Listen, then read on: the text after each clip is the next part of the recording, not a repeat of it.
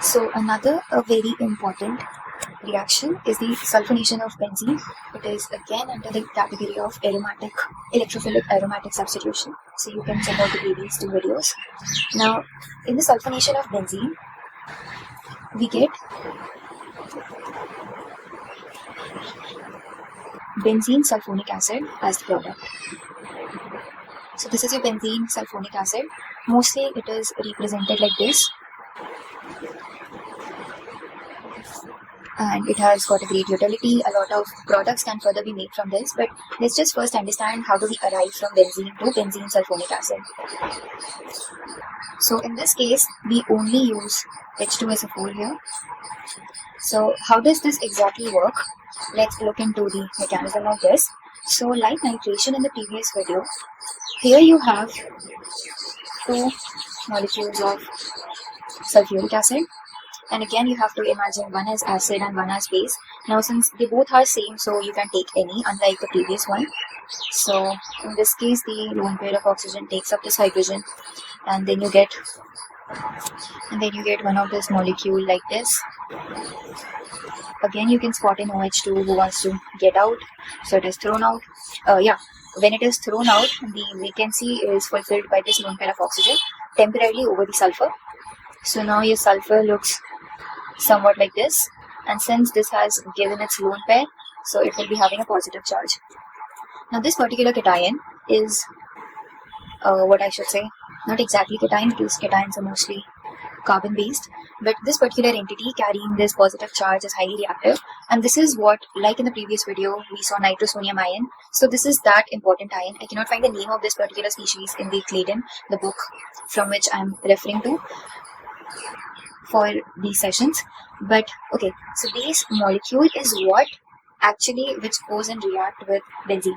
So your benzene molecule, again, who likes to donate its electron, spots a sulfur with spots an entity with a positive charge, so it donates its electron towards the sulfur, and it donates this electron back to the oxygen.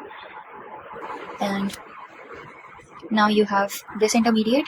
Let's say donation happened from this side, so positive charge over here, and you get this entity. Now again, the aromaticity was lost, it needs to be regained, so this hydrogen goes out of picture, it gives its electron to the to regain aromaticity, and now you get this particular compound, which you often write as this, but they both are same. Now this is what we call as the Benzenesulfonic acid. This is a final product. And mind you, this Benzenesulfonic acid is comparably stronger to your general sulfuric acid you use, the H2SO4 one. It is having a comparable acidic nature. Another advantage is since you know that sulfuric acid is very difficult to handle because it's very oily and there's a lot of problems associated with it. So this Benzenesulfonic acid can actually be reacted with NaCl. Mind you, there are only few compounds which reacts well with NaCl. We can actually crystallize a salt of this. Like, as you know, it is easy to handle solid salts other than liquids in chemistry. So when I add excess of NaCl, I can actually obtain SO3 minus Na plus, which on expansion looks like this. And this can be crystallized as salt and very easy to carry from logistics point of view, and a lot of advantage this holds in comparison to your sulfuric acid, the liquid sulfuric acid. Now, like I said, that this particular species only react with benzene. It doesn't matter how we obtain the species. We can actually obtain the species from another method also.